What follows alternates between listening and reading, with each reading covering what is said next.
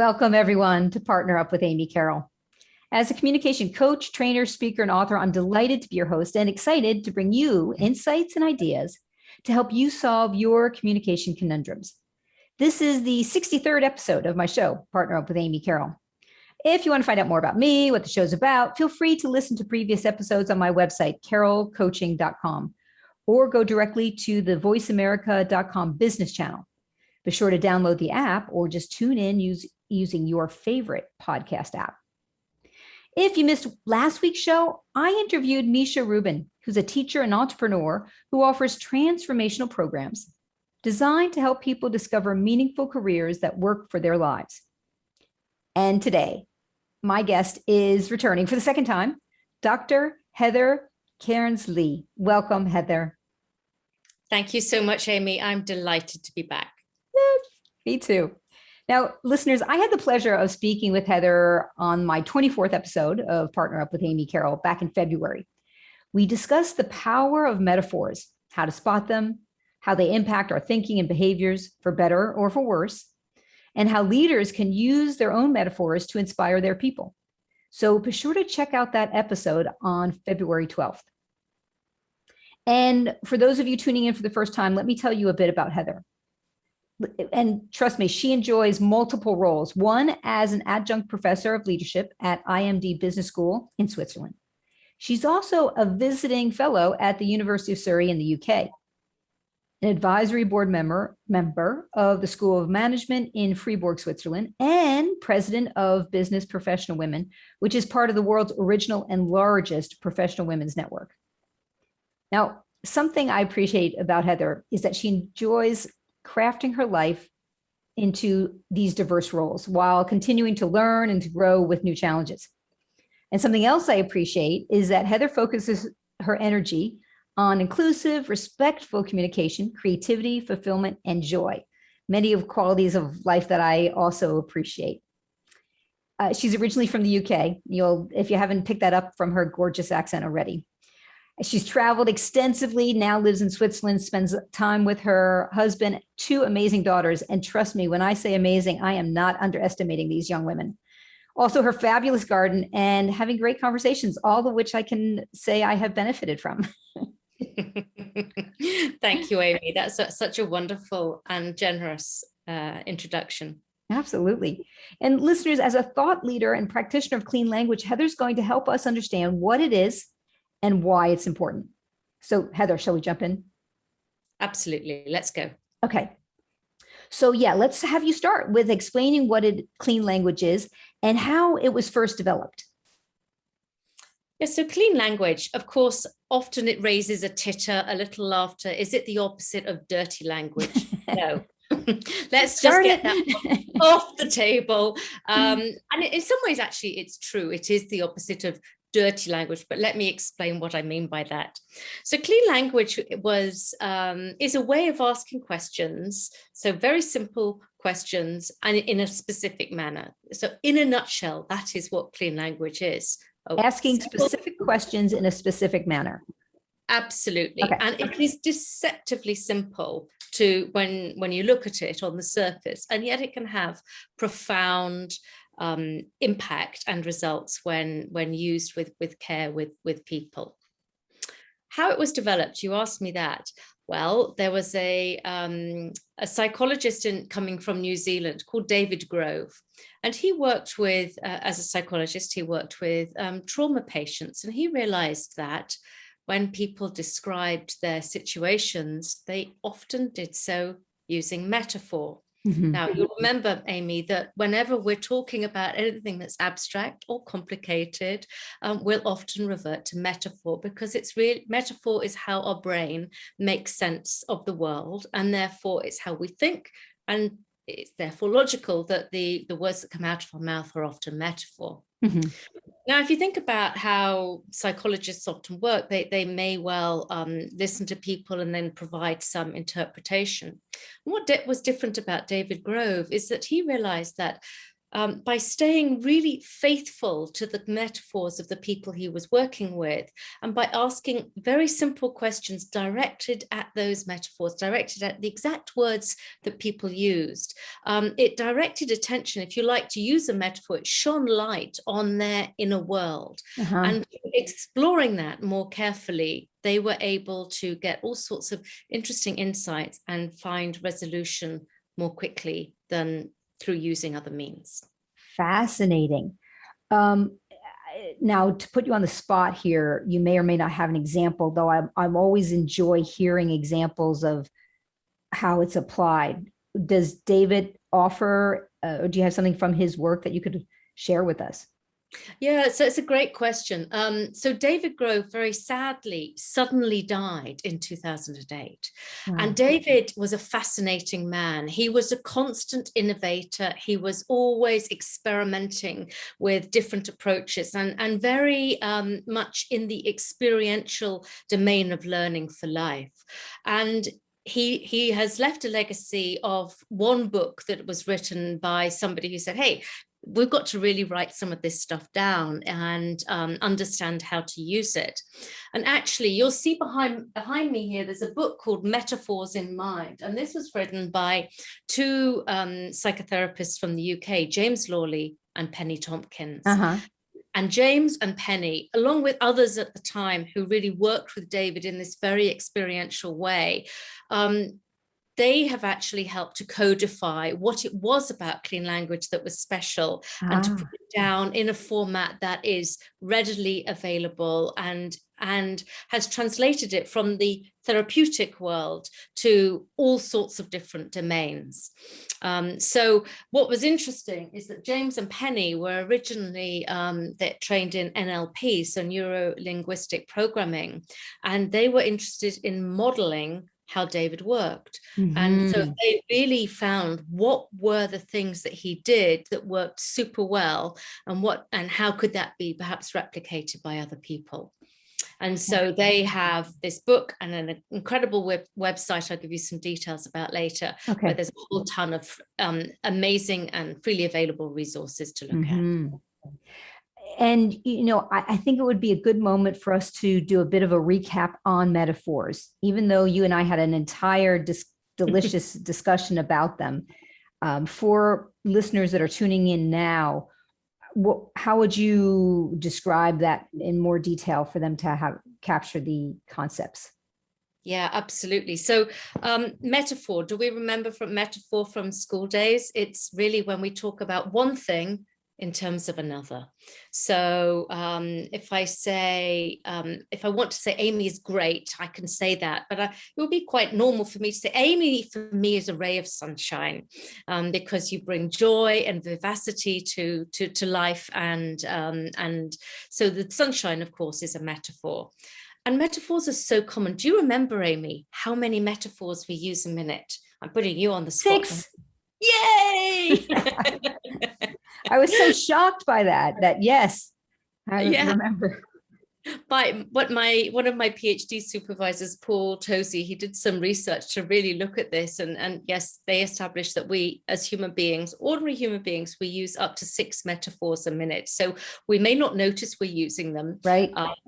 And yet we do it on a very regular basis. And so one of the things I suggested last time we talked was it can be great to, when you tune into your favorite radio show like Voice America or your Netflix show, is to listen carefully to the metaphors that you hear people using, and you'll be amazed at how they percolate. There's a metaphor, percolate through life, because they are the way that the brain thinks. We learn anything new or abstract by taking knowledge from something that we understand and we know well and applying it to that new area. And so they are fundamental to how we think and how we act in the world. And I know when you and I were talking recently about this, you talked about this metaphor of the rider and the elephant. Would you go into more detail about that? Yeah, that's a lovely metaphor, and it comes from the author Jonathan I hope that's how I would say his name correctly, Jonathan Haidt. He wrote the Happiness Hypotheses, and that's a great read for anybody who's interested in how we can become happy. The And from happiness hypothesis. Happiness Hypothesis. Nice. Okay. And in that, he starts his book really with a metaphor, and the metaphor he uses is of the elephant and the rider. And he says that the elephant is our unconscious brain and the rider is the conscious part of the brain. Well, if you can just close your eyes for a moment and imagine the size of an elephant and the size of a rider, you get, probably like me, a fairly visual impression of how big the elephant is and how small the rider is. And he says, really, it's a great metaphor for how our mind makes sense of things, i.e. the rider is always this little thing trying to master this much larger animal, the elephant.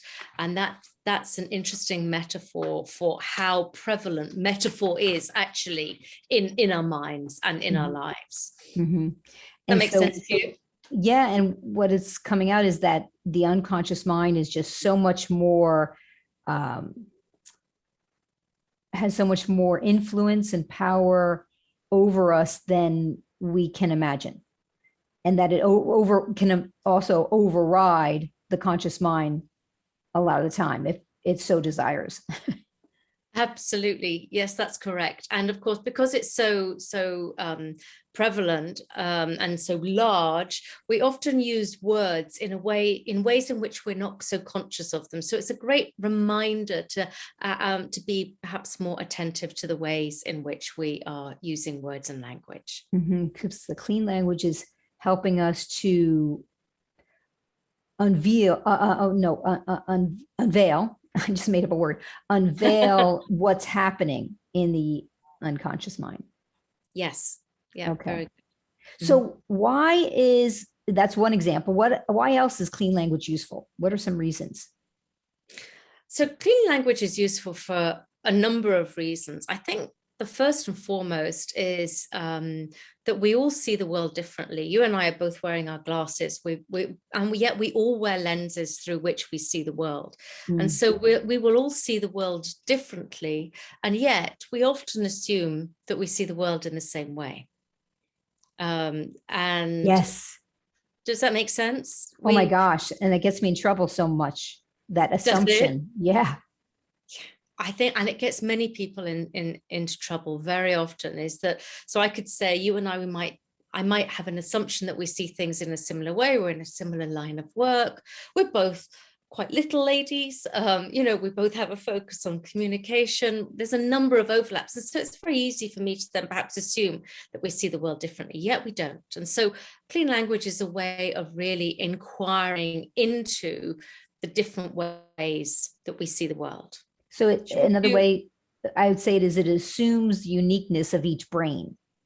Yeah, that's a lovely way of saying it. Absolutely. It really assumes the uniqueness of each brain and then gets curious about those brains. So would you like to try something? Yeah. And before that, I love that word curious, because it means that it's moving out of judgment and right, wrong. Yes. Yes. So let's talk about curiosity and right and wrong in a minute, because I think that we could talk for an hour in itself about curiosity and judgment. And that's one of the great things that clean language does, is it because of the small number of questions and because of the way of asking the questions, it really helps us to take the judgment out of the way we ask questions. And questions are often not very neutral because of the way we ask them, because of different responses we have to questions and the associations that we may have about questions. Questions are not neutral. And so maybe we can have a little bit of time thinking about the lack of neutrality of question. Okay. All right. So yes, we're going to test something out. What are we going to do? Yeah. So I thought let's test, let's just show how different we all are. So we could take a very simple example and say, okay, let's both of us think of something that's quite everyday, quite ordinary. So Amy, let's you and I think of a flower. Okay. Okay, have you got a flower? I do. Okay, can you describe the flower for me? Yes, it's a sunflower, and it's got a large brown center with lots of little, I guess I don't know if they're called seeds or little bits popping up, and then these long, bright yellow petals surrounding it. And it's fairly circular, and they can be quite large compared to other flowers. Okay, and it's a sunflower, nice round center with lots of brown seeds. And how big is that sunflower? Oh, it can be, the ones I'm used to seeing are maybe 4 or 5 inches across. Okay, so relatively big, 4 or 5 inches across. So when I say think of a flower, the first flower that came into my mind was actually also a yellow flower, but it was a buttercup. And so little, very bright yellow flower, but in terms of the flower, tiny, bright golden yellow, comes up at a different time of year.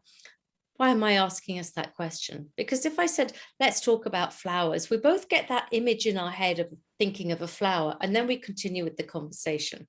Now, of course, thinking about flowers is pretty easy, but if this was thinking about something like communication or leadership or parenting, the same thing happens. We both get that image in our head of the buttercup or the sunflower, to use those names as proxies, and then we have the conversation, assuming that we're thinking about the same thing. And so one of the things that with clean language is it helps us to kind of really understand that we're talking about quite different pictures in our head, even though we might be talking about the same top line of the on the conversation. Okay, yeah, this makes perfect sense. And this is, for me, I talk a lot with my clients about the danger of making assumptions, and people think, well, I'll just stop making them. And I'm thinking, I don't think that's how the brain works. I'm pretty sure their assumptions are here to stay. So it's being aware that we're making assumptions and then asking the questions. And you're now going to be leading us into this, not just any question, making them clean questions. I mean, heck, if we're going to put in the time and energy to ask a question, why not make them produce the best information possible or have the best impact possible? Yes, that's right. That's right. Okay. And perhaps before we do that, should we come back to this idea of curiosity that you mentioned? Yes. So I love the word curiosity, and I love all aspects of curiosity, really. And yet there's a really rather scary statistic if we think about curiosity in organizations. There's a big gap between the people at the top of organizations who believe that there's a lot of curiosity, they have a lot of scope to be curious and ask questions in organizations, and the people lower down in organizations who often say, we don't have that much scope to be curious. So I think some research done and published in the Harvard Business Review said 83% of senior leaders think that there's a lot of curiosity in organizations, and yet only 50% of people think that there's enough curiosity in organizations. 50% of people below managerial level. So people below the managerial level of those people, only 50% are thinking that there's enough curiosity that's open to them in the organization. Okay. So what's going on here? I mean, a couple of things seem to strike me. One is that perhaps the senior people, you see, I'm even sitting, as I think senior, I do the metaphor. I make myself bigger. Yes, I'm listening now. And that's funny. You were saying this. Oh, okay, go on. Yeah. How just words can impact how we respond.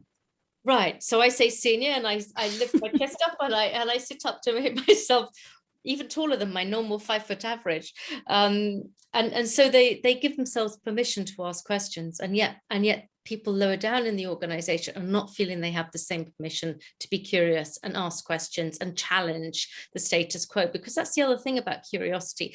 Whilst it leads to all sorts of great innovations, it's part of creativity, it can also be quite challenging when people are curious. And so that may also account for this lack of curiosity in organizations. Mm-hmm.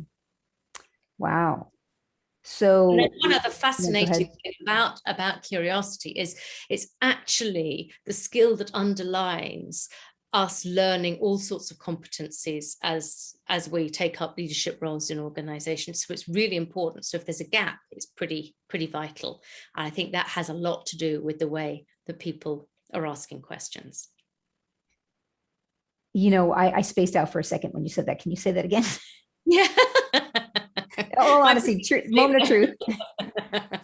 No, so I say because there is this gap of curiosity in organizations, I think Yeah. a large part of that is the way that people are actually learning to ask questions, and many leaders ask leading questions for which there is perhaps a perceived right answer. Right. And therefore they think they're being open and asking for more information. And yet perhaps on the receiving end of that, others are not feeling that they have the same scope to answer the questions from their own perspective. Mm-hmm. Yeah. So it's the important thing in organizations. Yeah, it's channeling it or driving them. So it's a missed opportunity because they're not using the full creative bandwidth that employee has, because they're wanting to direct it maybe for wanting to save money or concerned it could be unrealistic, or that they're just simply unconscious that they're doing that. Yeah, I can see myself, I'm guilty of that in coaching sessions. Sometimes I'll ask questions and I'm just going for something that I think makes sense, or the way I think we should go, or sometimes I'm doing it. I ask a leading question to impress the coachee, like, oh, let me show you how clever I am. I know what you're thinking. Yeah, true confession. It's a great admission that I think all of us do, Amy. And I think that the more senior you are in organizations, the more it's likely that you are feeling a certain pressure, where that comes from, whether it's yourself or the organization, to show your expertise. Right. And so it's not uncommon for people to want to show their expertise. And often questions, particularly those for which we don't have an answer, don't really show our expertise. And so we may then ask leading questions like saying, this is going really well, right? So you see there are two just ways that right at the end. That question was leading in two ways. First of all, I tell you what I think. This Right. is going really well. So, okay, disagree with me if you dare. And then I have the right on the end of it. It's like, disagree with me if you dare. And you're either really brave or really foolish. Oh, wow. That's that is not said to mock anybody, but to really say how much many of us are asking questions that lead us back to our own ways of making sense of the world. And how important it is as leaders, that extra responsibility leaders have to be aware of what their position of power, how that can impact people, and how risky that can be. Yes. So I'm curious to know, we're going to go to break in a few minutes, though. Before we do, Heather, I'd like to know for whom this is useful, what contexts that this would apply. Yeah. So I think that clean language is something that we can apply in all sorts of different contexts, and you can apply it as a friend, with to just be more open in terms of the way you're asking questions. We can use it. I'm a parent and I use it a lot with my girls, because it's a way of inquiring without intruding. Yes. And so in that sense, the inquiry without intrusion, I like that. I just said it out loud for the first time, but the inquiry without intrusion makes it more palatable for us to ask questions of curiosity to other people. Now, in terms of applications in the world more broadly, clean language has been used in all sorts of ways. One of the earliest pieces of clean language in an organization was done by Caitlin Walker, working with the police, who wanted to ask less leading questions. Now, you can imagine the police have to interview all sorts of people for all sorts of reasons. Right. And it's very important that when you're asking witnesses questions, that you're not leading them to your preconceived answers. And so you think of that as an application, asking police to ask less leading questions. So that's one particular application in which That it's can also have very useful. huge impacts. Absolutely. Yeah. You think about the impact of that. Wow. And I guess, yeah, I can really see how this is the opportunity to minimize bias, because it's a bonus that encourages respect for the other person's point of view, their appreciation, difference, diversity, the way people think. And Yes. then this reduces the risk of leading them down a path that is not accurate.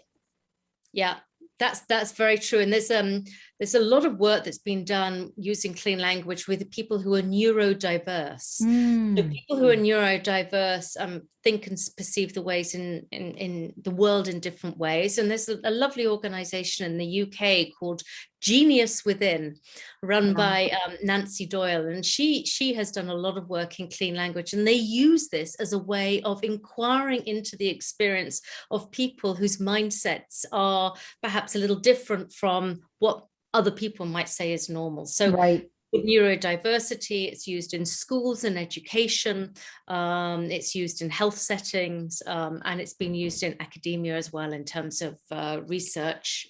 So very much used in a wide number of different settings. And I'm guessing, maybe we can talk about more of this when we come back from break, though, the idea that using it within intimate relationships and within families and partners and children, reducing that likelihood of going to conflict unintentionally. Yes.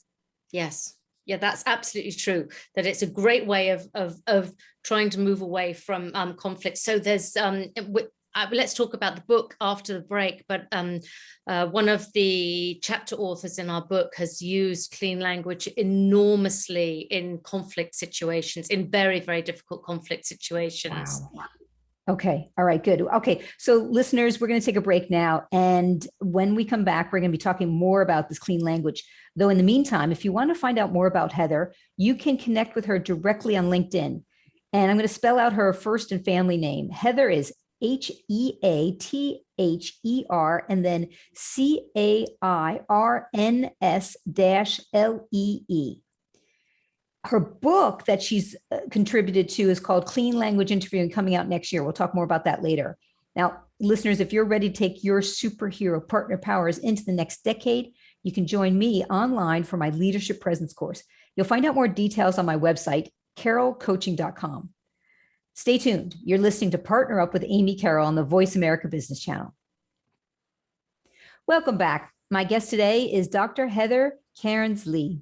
We've been discussing what is clean language, why it matters. And Heather, before we jump back into it and go into more detail, I'd love to hear more about the book that you co-authored on clean language. Yes, thanks for asking, Amy. So right now I am co-editing a book with James Lawley and Paul Tosey, so both of whom I worked with on my PhD thesis and who are leading authorities on clean language. And we are putting together a book which has chapters on all sorts of different applications of clean language, specifically with relation to interviewing. So using clean language as an interviewing approach. So whether that be interviewing in nuclear facilities where you're looking at incidents, fatality incidents, or you're looking at using clean language with neurodiverse people, looking at it with how to use it in conflict or in education. So a whole range of different applications. And as well, Paul, James and I are really outlining the principles and practice of clean language interviewing. So that will be published by Emerald in the early summer in 2022. So I will put some more details about that on LinkedIn in 2022. Well, congratulations in advance. That's very cool. Yeah, thanks a lot. So let's talk more about how to use clean language. So for the listeners, how would they be able to weave it into their world? Yeah, okay. Metaphor. Yeah, we need a little symbol, like a little bell. I like that one. Metaphor. So I think of clean language as really something that has 4 steps. So if I make it simple, 4 is something that's often easy to remember. So what are those 4 steps? It starts with listening really, really carefully. So step 1 is listening really, really carefully. Step 2 is using the word and. I'm going to explain why that's important. So step 2 is using the word and. Step 3 is repeating what somebody said. And step 4 is asking a clean question. So does that make sense? 4 steps. Listen, use and, use the other person's words. And a question. And then the question. Okay. Yeah. So why do we do that? So the first thing is listening. And we often say that in all sorts of forms of coaching and conversations, we need to listen. What's a little bit different about clean language is that when we've listened, we say, and. Now, there's a couple of reasons that we do that. If you say and, if we go back to your image of the flower and you say it's like a sunflower, and I say and a sunflower, what does that and do? Building. It feels a sense of acceptance. Exactly. That's exactly what it is. It's a sense of acceptance and sort of it's a signal to your nervous system. You can relax. She's on your side. She's agreeing with you. She's listening to you. Even if I haven't remembered everything, she's listening to you. And it's as if both of us can take a breath and take in the information. Excuse me. And it also slows us both down. So because often we talk quickly, we think quickly, our brain thinks much more quickly than we can speak. I think our brain thinks at something like 800 words a minute, 600 words a minute, but we speak at like 250 words a minute. So it allows our brains and our mouths to catch up with each other. That's always a good thing. It's a good thing. So we listen carefully, we say and then we repeat some of what somebody said. Now, of course, we're not going to do this in a monotonic parrot fashion, but in a tone of curiosity and acceptance, because the tone of voice, as you know, being the expert you are on communication, matters enormously, as much as the words. So we're repeating the words and we're doing so in a tone that's accepting and curious. Okay. And that does a couple of things as well, because that allows the other person to hear what they've said. Now, there's a wonderful phrase by Carl Weick, who is one of the leading authorities in sense making in the world. And sense making, as the name suggests, how we make sense of the world. And one of the things he said is, how do I know what I think until I hear what I say? Yeah. How do I know what I think until I hear what I say? And yet often we don't pause long enough to really hear what we've said. Yeah. So part of clean language, what the joy of the clean language is that somebody else sort of helps you to hear what you've said by repeating your words. Yeah. And it's then like it makes me think it's like you get to enjoy your dessert twice. A lovely metaphor, absolutely. One is eating it and 2 is talking about it afterwards. That's right. That's right. So listen and repeat, and then we ask a clean question. Okay. And clean questions are why are they clean? They're clean because they have all the dirty elements taken away. i.e., what is a clean question? It's focusing on the other person. It's directing their attention to a part of their experience so that they can find out more about it. And if we're directing our attention to somebody else's experience, then we need to keep our own stuff out of the way, because otherwise, to use a metaphor, we're muddying their stuff with all of our stuff. Therefore, the metaphor of the term dirty language. Okay. Yeah. So the metaphor of clean language was used because it cleanses the language of anything that comes from the outside, and it keeps the attention directed on the person to whom or with whom you're talking. And if you want the sort of technical version of that, they're really reduced to semantic primes, which are like the absolute, they're the minimum way that we can communicate. So they're really reduced down to the bare bones of how we can communicate, and that's what they contain: a certain universal logic and They're very simple questions, and they're just focused on really you finding out some more about something that's important to you. Excellent. Wow, that's powerful. So that last part about asking the clean question. So I don't know what to ask next. Well, actually, there is a question I have in the back of my mind, Heather. Mm-hmm. Knowing how many years have you been studying clean language? That's my first question for you. 10 years. And in those 10 years, and so this is probably not a clean question. Doesn't matter. It's okay. So sometimes unclean questions are also, it's not that we should never have them. It's just maybe being aware of it. I'm curious to know how studying clean language has impacted the way you think and interact with people. Yeah, I think that's a great question. And I think that what you've just said makes me think of the benefit of any question, whether they're clean or not, is that questions engage the brain, don't they? So as soon as you ask me a question, I start thinking, okay, so how can I answer that? And it makes me start thinking. So I would say two big things. One is, I think my level of listening has improved exponentially. And I felt when I came to clean language 10 years ago that I was a pretty good listener, because I'd been coaching executives at IMD Business School and in other places for 20 years. So Right. My listening was pretty good. And what I've learned is that it's gone up exponentially, because the precise words that people use really matter. Uh-huh. And I've got a sensitivity to that now that perhaps I didn't have before. Should I give you a little example? Yeah. So let me give you an example that brings it to life. And it's several years ago, we had 8 kittens at home, 4 cats, 8 kittens. We were family cat, and it was driving my poor husband mad, because he hadn't quite signed up for this his life adventure. Anyway, that's another story. And my mother came to stay, and she saw these delightful, beautiful little kittens, and she said to me, "Gosh, Heather, how are you going to get rid of all of those kittens?" And I had a very strong reaction to this, get rid of the kittens, because if you think of it, it's a metaphor, and there are all sorts of associations that we get that come to mind unbidden when we think of getting rid of kittens. I'm not going to go into that. And I said, "I'm not going to get rid of the kittens." And she said, "What do you mean? You can't possibly keep 8 kittens." I said, "No, I'm not going to get rid of them. I'm going to find all of them loving homes." Mm.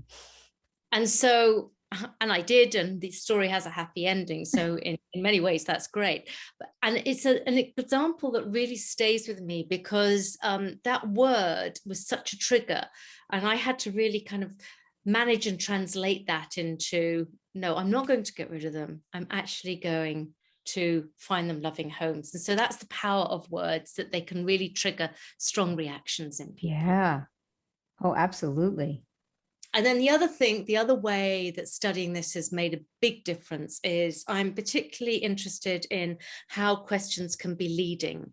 And so this is something that James and Paul and I have done quite some work in. And there are 3 key ways that questions can be leading. So this is perhaps useful for listeners to hear about. Is one way is when we introduce our own content into asking a question, because in a way that's like dragging someone onto our map of the world and saying, no, reinforce my perspective of the world. So, and we do it all the time, and it's nothing wrong with it. It's just going back to what you were saying earlier, it's helpful to be aware of how often we might be working with our own assumptions. Mm-hmm. Second area in which questions are really leading is they often have presuppositions in them. Now, presuppositions is facts or knowledge that has to be true for the rest of the sentence to make sense. So if I say to you, Amy, did you enjoy your dinner? Did you enjoy your lunch today? I'm presupposing that you've had lunch. Now, that may be a fairly innocuous presupposition, but in other cases, and you can think about some of the examples I've mentioned, then those presuppositions can be quite dangerous. Mhm. And there's a wonderful study that was done many, many years ago now by Loftus and Palmer that showed the power of this at work, that the power of words and presuppositions, that they showed a video of people, they showed people a video of a car that had an accident. And they then did a couple of experiments with that. One was they changed the words they used to ask people to guesstimate what speed the car was going. So, for example, if I said to you, Amy, how fast do you think the car was going when it smashed into the other car? Mm. If I said, how fast do you think the car was going when it touched the other car? Mm-hmm. Think about the difference that's likely to make to And people's even the word fast. Amy, what about this one? Amy, what speed do you think the car was going when it made contact with? Perfect. My gosh, you're an absolute expert at this. You see, the presupposition is there. How fast do you think the car was going? Yes. What speed do you think it was going? Beautiful example of a clean question. You want to find out some information, but you're stripping out of it everything that could be leading. So, yeah. And the third reason, let me just come to the third reason that how questions can be really leading is when we add our own evaluation or opinion into the questions as well. So like the example I gave earlier, and I say, right, and I'm pulling you into agreeing with me. Or going back to the example with your mom, that she was assuming, or maybe her opinion was that you should should not keep the cats. She maybe was even, there was an assumption there and an opinion woven in that because maybe you were planning to keep them. Right. Mm-hmm.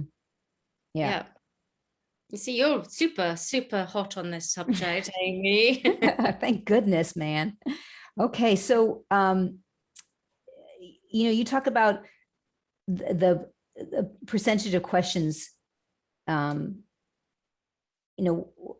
curious to know what they sound like. What kind of how do clean questions are? There's a certain way to formulate them. I guess that's what I'm wondering. Yeah, so there's a very small number of questions. So I think David Grove talked about 12 questions, and really, if people want to learn just 2 questions that can be really super helpful for asking more cleanly, there's a couple of things that can be really useful. The first is in many coachings or around the family dinner and pet table, you might say, oh, what do you want to do? Or what do you want to talk about? Well, that presupposes you might want to do something or talk about something. So a great question for starting a conversation is to say, and what would you like to have happen? So during this time. Yeah, during this time, or during our interview, or tomorrow, or during our coaching session, or whatever. And the great thing about that question is really it asks people to focus on what they would like to have happen. So what they would like. Yes. And have happen means it can come out that what they might want to talk, they might want to feel, they might want to think.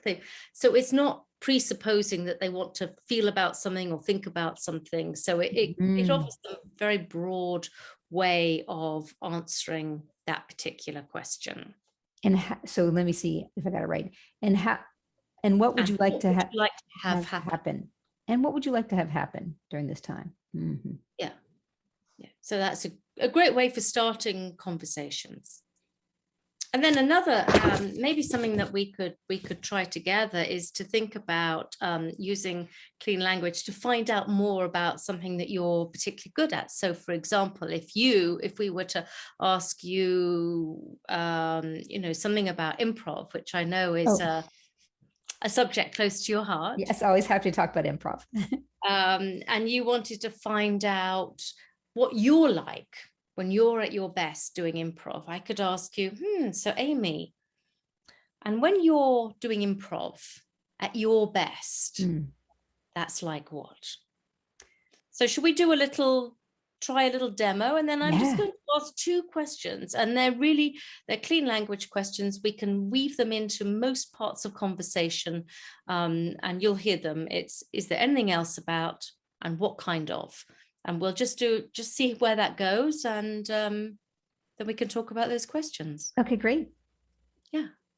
Okay, so Amy, when you're doing improv at your best, that's like what? That's like bathing in warm chocolate.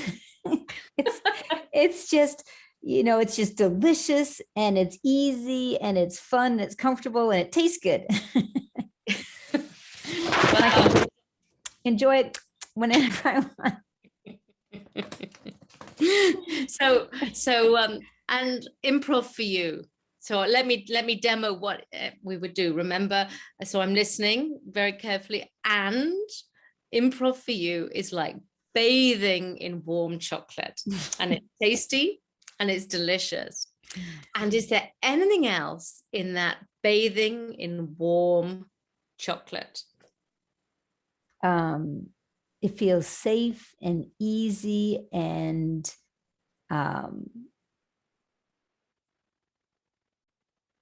yeah, there's a flow. Oh boy, there we go. It really feels very much like, talk about that flow. That's definitely the case. Yeah. Okay. And it feels easy and safe, and there's a flow. Mm-hmm. And what kind of flow is that flow? That flow is, it's like there's, it can go on for a long time. It can sustain me. It can invite others in. Yeah. And that flow can go on for a long time, and it can sustain you, and it can go on for a long time. And it can we bring others in. Bring others in. Yeah. Bring others in. Okay. And is something else about that bringing others in when you're doing improv at your best? Oh gosh, that is so joyful, because especially if I'm doing it with unsuspecting people. Mm-hmm. Like there's the performance improv I do with my co-actors, and that's really fun and joyful, and to see them spontaneously respond to me. And then there's sometimes like what street improv where I'm just in a grocery store, or I'm talking with a service provider on the phone, and I'm improvising in that exchange. Mm-hmm. Mm-hmm. Now, I'm aware that we are, coming towards the end of our time together. So let me just ask you a couple of questions to reflect on that. Okay. So what did you notice about the questions? What did you notice about the experience? Though, yeah, the experience, I found it energizing, and it made me curious, and it inspired me to think about, to have new thoughts about this. Okay. And it made you curious about your own experience. And it also made me like want to do it more. Right. Be more aware of it when I'm doing it, to see when that flow happens. Right. Okay. And I think what you're saying is really typical of the great benefits of clean language, because under a million years, I could never have come up with the idea that improv for you is like bathing in warm chocolate. Me neither. I didn't see that coming. So was that a surprise for you? Yeah. And yet so fitting. And that's one of the wonderful things about it, is that people come up with the most improbable metaphors to describe their experience. And then it's very important. I just want to draw attention to one thing. Never to laugh at somebody's metaphor. Mm. I was giggling with you. Yes, I hope you could feel the with, not the at. And it's very, very important, because our metaphors, words are so precious, and it comes back to that idea of not being judgmental about somebody else, but to really accept the whole experience and say, and improv is like bathing in warm chocolate. And what's important about that? And is there anything else about that? And you can see that the way I was asking you the questions, I hope, was to give attention to all parts of your experience. I wasn't only giving attention to one part or another. The tone of voice is pretty important in terms of saying, I'm curious about this. I accept this and I'm curious. And it felt like you were matching the tone. Right. And that's really important, to match the tone, and the pace as well. Yeah. To ask questions in a way that's slow enough that helps people to think, but also to match the kind of style of the other person. Yeah, absolutely. Oh, Heather, that was very fun. Nice surprise for me. Great. And you're right, we're just about out of time. So Heather, before I let you go, do you have a call for action that you'd like to share with listeners? A call for action. I would love people to really try and use those two questions much more often. It's to say, and is there anything else about that? Because that there nearly always is. People nearly always have something more to say. And the more we get out of our way by keeping all of our own stuff and interpretations to ourselves and inquiring a bit further into somebody's experience, the more they're likely to find out more about themselves, feel accepted by us, and we're likely to find out some good stuff too.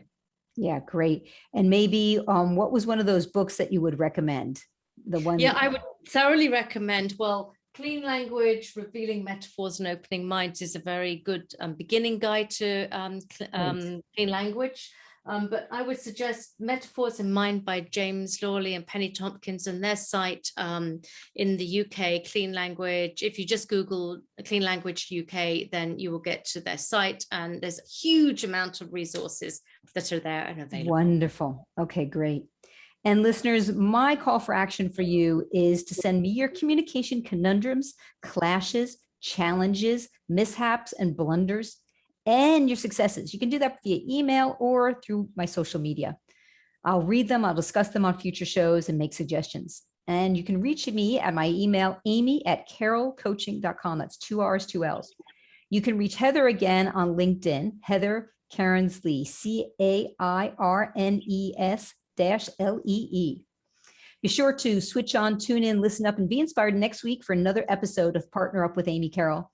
Check out information on my website or my social media channels, Amy Carroll Coaching. And if you're game for more, I'm going to be hopping over to Facebook Live 5 minutes past the hour for a short chat on today's show. Thank you, Heather. It's been a wonderful conversation. Thank you, Amy. It was a pleasure. Great. And thank you, listeners. You've been listening to Partner Up with Amy Carroll on the Voice America Business Channel. Happy partnering, everyone.